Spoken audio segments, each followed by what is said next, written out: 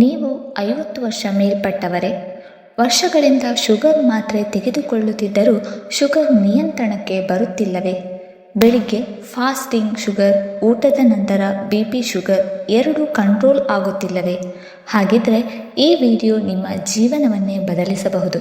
ಏಕೆಂದರೆ ಇಂದು ನಾನು ಹೇಳೋದು ಔಷಧಿ ಬಗ್ಗೆ ಅಲ್ಲ, ಇಂಜೆಕ್ಷನ್ ಬಗ್ಗೆ ಅಲ್ಲ, ದೇಹದ ಒಳಗಿನಿಂದಲೇ ಶುಗರ್ ನಿಯಂತ್ರಿಸುವ ನೈಸರ್ಗಿಕ ವಿಧಾನಗಳ ಬಗ್ಗೆ. 50 ವರ್ಷದ ನಂತರ ಶುಗರ್ ಏಕೆ ಹಠಾತ್ ಹೆಚ್ಚಾಗುತ್ತದೆ ಮತ್ತು ಅದನ್ನು ಹೇಗೆ ನೈಸರ್ಗಿಕವಾಗಿ ನಿಯಂತ್ರಿಸಬಹುದು? ಕೊನೆಯವರೆಗೂ ಈ ವಿಡಿಯೋ ನೋಡಿ. 50 ವರ್ಷ ದಾಟಿದ ಮೇಲೆ ಶುಗರ್ ಕೇವಲ ಒಂದು ಸಂಖ್ಯೆಯ ಸಮಸ್ಯೆ ಅಲ್ಲ, ಇದು ನಿಧಾನವಾಗಿ ಕಣ್ಣು, ಕಿಡ್ನಿ, ನರಗಳು, ಹೃದಯ ಮತ್ತು ಮೆದುಳನ್ನು ಹಾನಿಗೊಳಿಸುತ್ತದೆ. ಯುವ ವಯಸ್ಸಿನಲ್ಲಿ ದೇಹ ಶುಗರ್ ಏರಿಳಿತವನ್ನು ತಾಳಿಕೊಳ್ಳುತ್ತದೆ, ಆದರೆ 50 ವರ್ಷದ ವಯಸ್ಸಿನಲ್ಲಿ ದೇಹದ ಪುನರ್ ಸಂಸ್ಕರಣಾ ಶಕ್ತಿ ಕಡಿಮೆಯಾಗುತ್ತದೆ. ಅದಕ್ಕಾಗಿ ಈ ಹಂತದಲ್ಲಿ ಶುಗರ್ ನಿಯಂತ್ರಣ ಅತ್ಯಂತ ಶಿಸ್ತಿನಿಂದ ಮಾಡಬೇಕು. 50 ವರ್ಷ ದಾಟಿದ ನಂತರ ದೇಹದ ಮೆಟಬಾಲಿಸಮ್ ನಿಧಾನಗೊಳ್ಳುತ್ತದೆ. ಪ್ಯಾಂಕ್ರಿಯಾಸ್ ಉತ್ಪಾದಿಸುವ ಇನ್ಸುಲಿನ್ ಶಕ್ತಿ ಕಡಿಮೆಯಾಗುತ್ತದೆ. ಜೊತೆಗೆ ವರ್ಷಗಳಿಂದ ಇರುವ ಒತ್ತಡ, ಕಡಿಮೆಯ ಚಲನೆ, ಅನಿಯಮಿತ ಆಹಾರ ಪದ್ಧತಿ ಎಲ್ಲ ಸೇರಿ ಶುಗರ್ ನಿಯಂತ್ರಣ ಕಷ್ಟವಾಗುತ್ತದೆ. ಈ ಹಂತದಲ್ಲಿ ಕೇವಲ ಮಾತ್ರೆಗಳ ಮೇಲೆ ಅವಲಂಬಿಸಿದರೆ ಸಮಸ್ಯೆ ಹೆಚ್ಚಾಗಬಹುದು. ಆದ್ದರಿಂದ ಜೀವನ ಶೈಲಿ ಮತ್ತು ಆಹಾರ, ಮನಸ್ಸು ಈ ಮೂರೂ ಸೇರಿ ನೈಸರ್ಗಿಕ ನಿಯಂತ್ರಣ ಅಗತ್ಯ.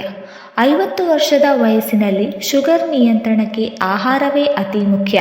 ಬೆಳಿಗ್ಗೆ ಖಾಲಿ ಹೊಟ್ಟೆಯಲ್ಲಿ ತುಂಬ ಭಾರೀ ಆಹಾರ ತಿನ್ನಬಾರದು.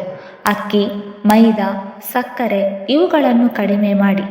ರಾಗಿ, ಜೋಳ, ಸಜ್ಜೆ, ಓಟ್ಸ್ ಮುಂತಾದ ಧಾನ್ಯಗಳು ನಿಧಾನವಾಗಿ ಶುಗರ್ ಬಿಡುಗಡೆ ಮಾಡುತ್ತದೆ. ಇನ್ನು ತರಕಾರಿಗಳಲ್ಲಿ ವಿಶೇಷವಾಗಿ ಸೌತೆಕಾಯಿ, ಬೀನ್ಸ್, ಸೊಪ್ಪುಗಳು ದೇಹದ ಇನ್ಸುಲಿನ್ ಪ್ರತಿಕ್ರಿಯೆಯನ್ನು ಸುಧಾರಿಸುತ್ತದೆ. ಔಷಧಿ ಗಂಟೆ ನೋಡುತ್ತದೆ, ಆದರೆ ಆಹಾರ ದಿನವಿಡೀ ಕೆಲಸ ಮಾಡುತ್ತದೆ. 50ರ ನಂತರದ ವಯಸ್ಸಿನವರು ಅಕ್ಕಿ ಸಂಪೂರ್ಣ ಬಿಡಬೇಕು ಅನ್ನುವುದು ತಪ್ಪು. ಆದರೆ ಅಕ್ಕಿಯ ಪ್ರಮಾಣ ಮತ್ತು ಸಮಯ ಬಹಳ ಮುಖ್ಯ.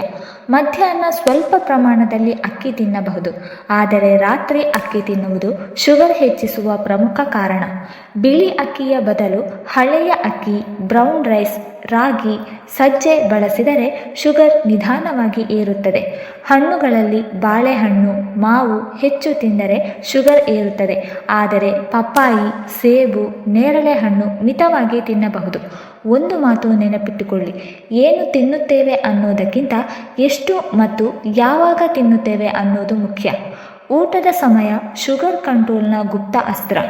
ಬಹುತೇಕ 50 ವರ್ಷದ ನಂತರದ ಜನರಲ್ಲಿ ಶುಗರ್ ನಿಯಂತ್ರಣಕ್ಕೆ ಬರದ ಕಾರಣವೇ ಊಟದ ಸಮಯದ ಗೊಂದಲ.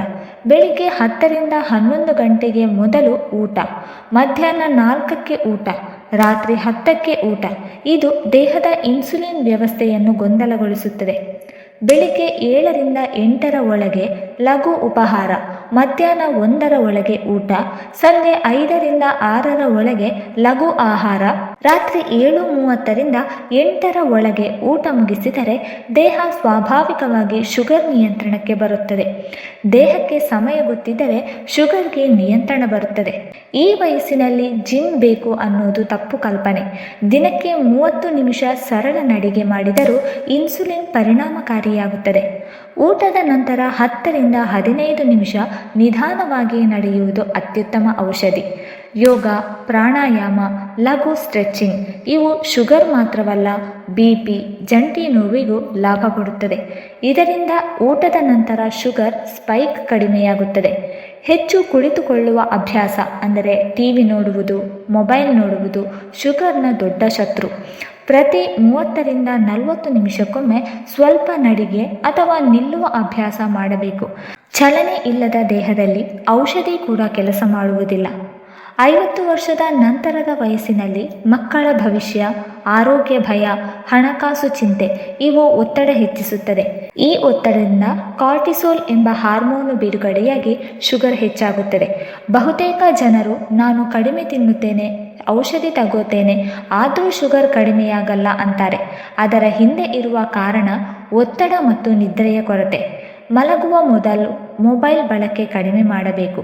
ದಿನಕ್ಕೆ 10 ನಿಮಿಷ ಧ್ಯಾನ ಅಥವಾ ಆಳವಾದ ಉಸಿರಾಟ ಮಾಡಿದರೂ ಶುಗರ್ ಮೇಲೆ ಉತ್ತಮ ಪರಿಣಾಮ ಬೀರುತ್ತದೆ. ಮೆಂತ್ಯೆ, ಕರಿಬೇವು, ನೆಲ್ಲಿಕಾಯಿ ಇವು ಶುಗರ್ ಕಡಿಮೆ ಮಾಡುತ್ತದೆ ಅನ್ನೋದು ಸರಿ, ಆದರೆ ಅವು ಬೆಂಬಲ ಮಾತ್ರ, ಪರಿಹಾರ ಅಲ್ಲ. ಮೆಂತ್ಯೆ ನೀರು ಪ್ರತಿದಿನ ಕುಡಿದರೆ ಕೆಲವರಿಗೆ ಶುಗರ್ ಹಠಾತ್ ಕಡಿಮೆಯಾಗಬಹುದು, ಇದು ಅಪಾಯಕಾರಿಯೂ ಆಗಬಹುದು. ಆದ್ದರಿಂದ 50 ವರ್ಷದ ವಯಸ್ಸಿನ ನಂತರದವರು ಯಾವುದೇ ಮನೆಮದ್ದು ಆರಂಭಿಸುವ ಮೊದಲು ತಮ್ಮ ಶುಗರ್ ಮಟ್ಟವನ್ನು ನಿಯಮಿತವಾಗಿ ಪರೀಕ್ಷಿಸಬೇಕು ಮತ್ತು ವೈದ್ಯರ ಸಲಹೆ ಅಗತ್ಯ. ಅತಿಯಾದ ನೈಸರ್ಗಿಕ ಪ್ರಯೋಗವು ಅಪಾಯವೇ ಆಗಿದೆ. ನೈಸರ್ಗಿಕ ವಿಧಾನಗಳು ಶುಗರ್ ನಿಯಂತ್ರಣಕ್ಕೆ ಸಹಾಯ ಮಾಡುತ್ತದೆ, ಆದರೆ ವೈದ್ಯರು ಸೂಚಿಸಿದ ಔಷಧಿಯನ್ನು ತಾನೇ ನಿಲ್ಲಿಸುವುದು ಅಪಾಯಕಾರಿ. ಜೀವನ ಶೈಲಿ ಸುಧಾರಿಸಿದಂತೆ ವೈದ್ಯರ ಸಲಹೆಯೊಂದಿಗೆ ಮಾತ್ರೆಯ ಪ್ರಮಾಣ ಕಡಿಮೆಯಾಗಬಹುದು. 50 ವರ್ಷ ದಾಟಿದ ಮೇಲೆ ಶುಗರ್ ನಿಮ್ಮ ಜೀವನದ ಮಾಲೀಕ ಆಗಬಾರದು, ನೀವು ಶುಗರ್ನ ಮಾಲೀಕರಾಗಬೇಕು. ಪ್ರತಿದಿನ ಮಾಡುವ ಸಣ್ಣ ಬದಲಾವಣೆಗಳು, ನೀವು ತಿನ್ನೋ ಆಹಾರ, ನೀವು ನಡೆಯೋ ಹೆಜ್ಜೆಗಳು, ನೀವು ಮಲಗೋ ಸಮಯ ಇವೇ ನಿಮ್ಮ ಆರೋಗ್ಯದ ಭವಿಷ್ಯ ನಿರ್ಧರಿಸುತ್ತದೆ. ವೀಕ್ಷಕರೇ, ಈ ವಿಡಿಯೋ ನಿಮಗೆ ಉಪಯೋಗವಾಗಿದೆ ಅಂದರೆ ದಯವಿಟ್ಟು ಲೈಕ್ ಮಾಡಿ, ನಿಮ್ಮ ಕುಟುಂಬದವರು ಮತ್ತು ಸ್ನೇಹಿತರೊಂದಿಗೆ ಶೇರ್ ಮಾಡಿ ಮತ್ತು ಆರೋಗ್ಯ ಸಂಬಂಧಿತ ಮಾಹಿತಿಗಾಗಿ ನಮ್ಮ ಚಾನಲನ್ನು ಸಬ್ಸ್ಕ್ರೈಬ್ ಮಾಡಿಕೊಳ್ಳಿ. ನಿಮ್ಮಲ್ಲಿ ಯಾವುದಾದರೂ ಪ್ರಶ್ನೆಗಳಿದ್ದರೆ ಅಥವಾ ಮುಂದಿನ ವಿಡಿಯೋ ಯಾವ ವಿಷಯದ ಮೇಲೆ ಬೇಕು ಅನ್ನೋದನ್ನು ಕಮೆಂಟ್ ಬಾಕ್ಸ್ನಲ್ಲಿ ಬರೆಯಿರಿ, ನಾವು ಖಂಡಿತ ಅದಕ್ಕೆ ಉತ್ತರ ಕೊಡುತ್ತೇವೆ. ಮತ್ತೆ ಮುಂದಿನ ಆರೋಗ್ಯಕರ ವಿಡಿಯೋದಲ್ಲಿ ಭೇಟಿಯಾಗೋಣ. ಅಷ್ಟರವರೆಗೆ ಆರೋಗ್ಯವಾಗಿರಿ, ಸಂತೋಷವಾಗಿರಿ. ಧನ್ಯವಾದಗಳು.